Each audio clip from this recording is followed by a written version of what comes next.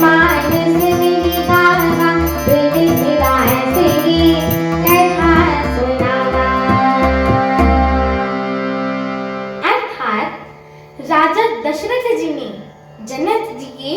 स्नेह, शील, करनी और ऐश्वर्य का सब प्रकार से सराहना करते हैं। प्रतिदिन सवेरे उठकर अयोध्या नरेश विदा मांगते हैं, पर जनक जी उन्हें प्रेम से रख लेते हैं। आदर नित्य नया बढ़ता जाता है। प्रतिदिन हजारों प्रकार से मेहमानी होती है। नगर में नित्य नया आनंद और उत्साह रहता है। दशरथ जी का जाना किसी को सुहाता ही नहीं है। इस प्रकार बहुत दिन बीत गए। मानिए बाराती स्नेह की रस्सी में बंध गए हुए हों। तब विश्वामित्र जी और शतानंद जी ने जाकर राजा जनक को समझाकर कहा कि हे राजन, यद्यपि आप स्नेहवश उन्हें नहीं छोड़ सकते हैं, तो भी अब आप दशरथ जी को आज्ञा दे दीजिए। हे नाथ, बहुत अच्छा। ऐसा कहकर जनक जी ने मंत्रियों को बुलावा भेजा। वे आए और जय जीव कहते हुए उन्हें मस्तक नवाया। जनक जी ने कहा, अयोध्या नाथ चलना चाहते हैं, भीतर निवास में खबर कर दो।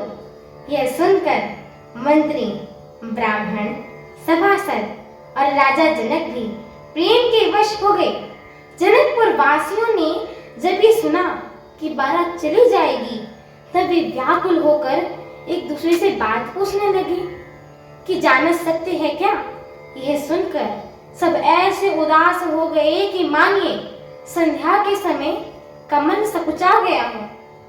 आते समय जहां जहां बाराती ठहरे हुए थे, वहां वहां बहुत प्रकार का सीधा रसोई का सामान भेजा गया। अनेकों प्रकार के मेवे, पकवान, भोजन की सामग्रियां बखानी ही नहीं जा सकती रख दी गई थी।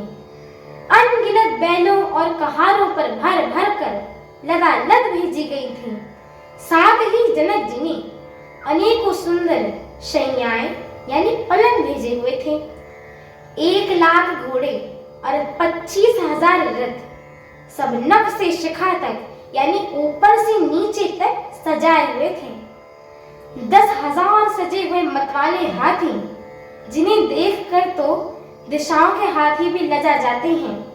गाड़ियां भर भर कर सोना, वस्त्र और रत्न, जवाहरात और भैंस, गाय तथा और भी नाना प्रकार की चीजें। इस प्रकार जनक जी ने फिर से अपरिमित दहेज दिया, जो कहा ही नहीं जा सकता है, और जिसे देखकर तो लोकपाल अपनी संपदा को थोड़ी जान करती हैं।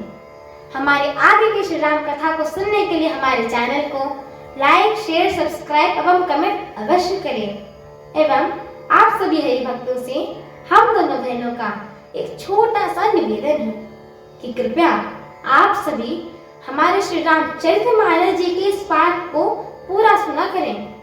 ऐसा मैं इसलिए बोल रही हूँ क्योंकि ये जो श्री रामचरितमानस जी है ना, इनकी एक एक चौपाइयाँ, एक एक शब्द एवं एक एक अक्षर महामंत्र के समान होता है। एवं जो भी नर नारी, मनुष्य, जीव जंतु, पशु पक्षी इन्हें सुनते हैं, गाते हैं, कहते हैं, श्रवण करते हैं, उनके जन्म जन्मांतर के सारे पाप नष्ट हो जाते हैं। तो एक बार प्रेम से बोलिए, मर्यादा पुरुषोत्तम प्रभु श्री रामचंद्र की जय हो, माता जानकी की जय हो, लक्ष्मण भैया की जय हो, बोलिए अयोध्या धाम की जय हो। एक बार प्रेम से बोलिए, पवन सुत हनुमान